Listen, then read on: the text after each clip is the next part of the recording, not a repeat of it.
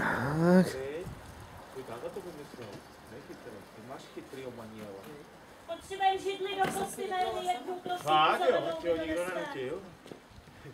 Míro, dones mi jednu zelenou židli. Hele, nebude tam chtít to, nějakou židli spíš, aby měli lavičku. Aby si měla víc laviček. Co jsme tam šoupili? No pojď. Židli. Oni budou dva, jo? Hele, já ti vezmu tady tu nech u těch, ať mají ty sedět, je tady hrozně málo míst na sezení.